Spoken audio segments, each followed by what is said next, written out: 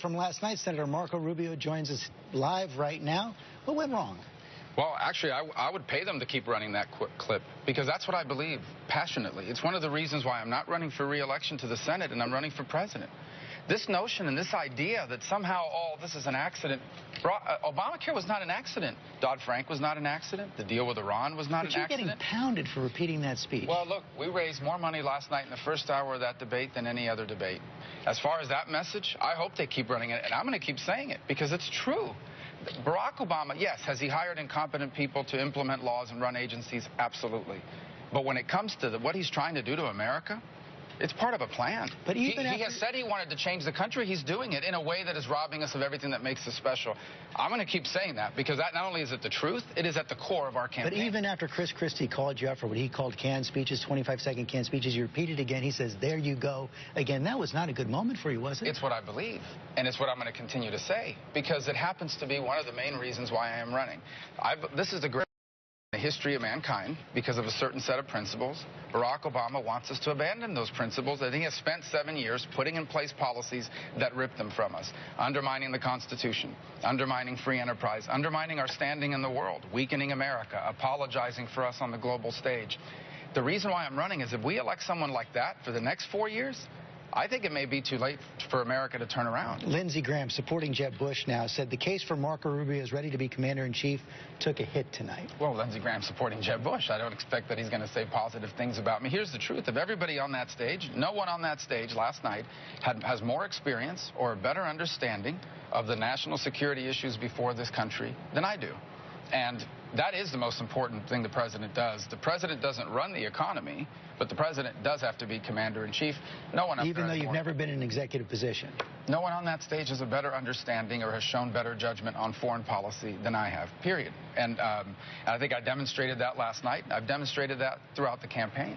Speaking of national security and foreign policy, you just heard Donald Trump back here on the issue of waterboarding and torture, said he would authorize something even worse, that sometimes we do have to mirror our enemies. What did you make of that? Well, I don't even know what that means, obviously, so I can't make much of it. I can tell you two things, and I said it last night. The first is we shouldn't really be discussing specific tactics because it allows a terrorist literally to plan for how they'll be interrogated to avoid this. But you would reserve the right to order waterboarding. Well, we are going to interrogate terrorists. We're not even doing that now because there's no one being sent to Guantanamo. But beyond it, I would tell you that we have to understand that you cannot interrogate a terrorist as if it was a law enforcement investigation.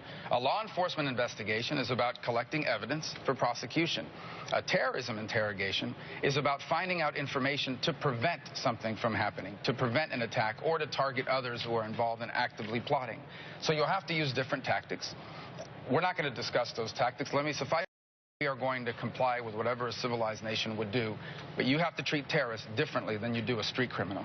You also got called out by Jeb Bush and Chris Christie on the issue of abortion because you don't support exceptions for rape and incest. And Jeb Bush also said this to CNN. I want to put that up. He said, it's a tough sell to tell a pro-life mother that her daughter has been raped, that she would just have to accept that as a sad fact.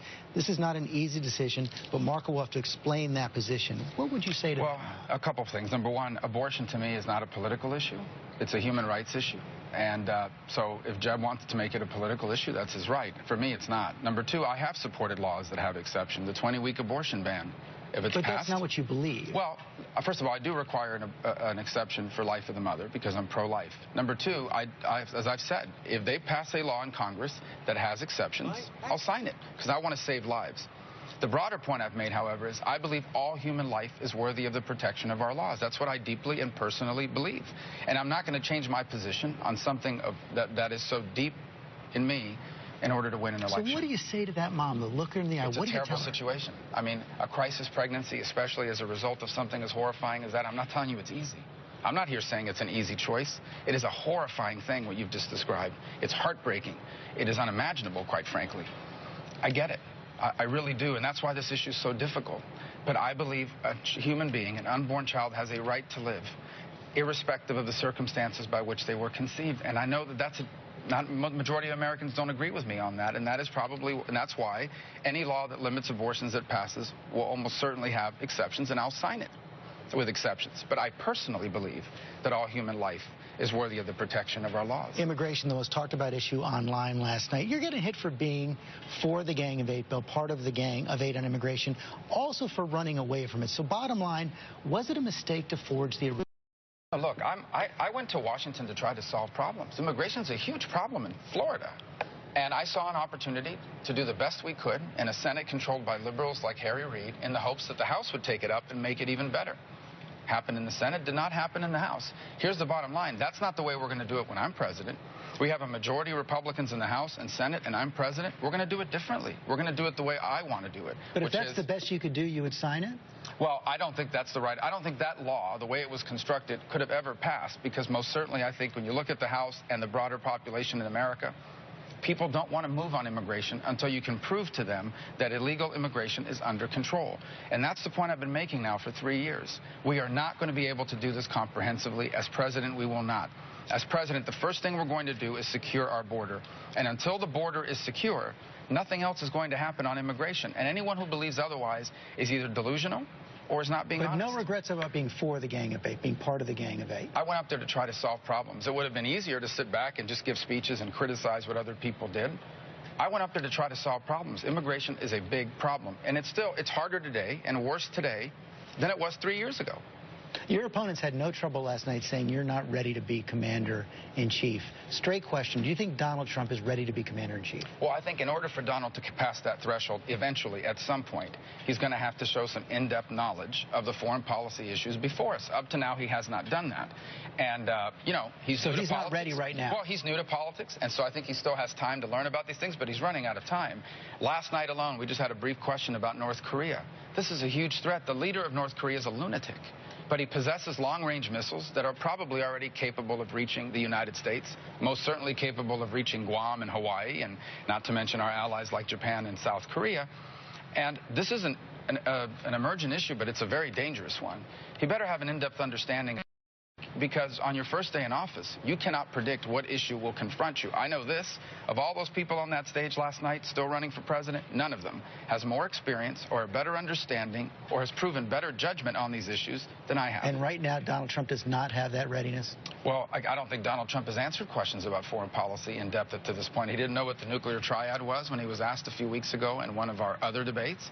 And even last night, the most he could say about North Korea was something about China and leverage.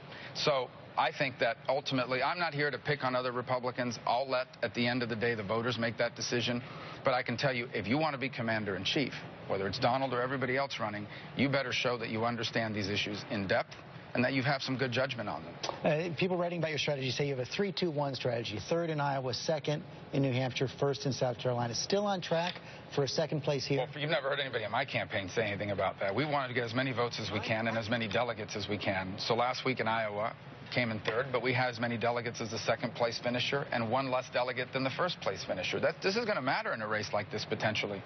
Same strategy in New Hampshire. We want to get as many people to vote for me as possible, and we'll keep moving forward. I can tell you that we've built a campaign that's going to be around in South Carolina, in Nevada, on March 1st and beyond, and I feel very optimistic about where we are going to be once the delegates are tallied, once everyone else, and especially once the race is narrowed to 2 or 3 people. And nothing from last night changes that?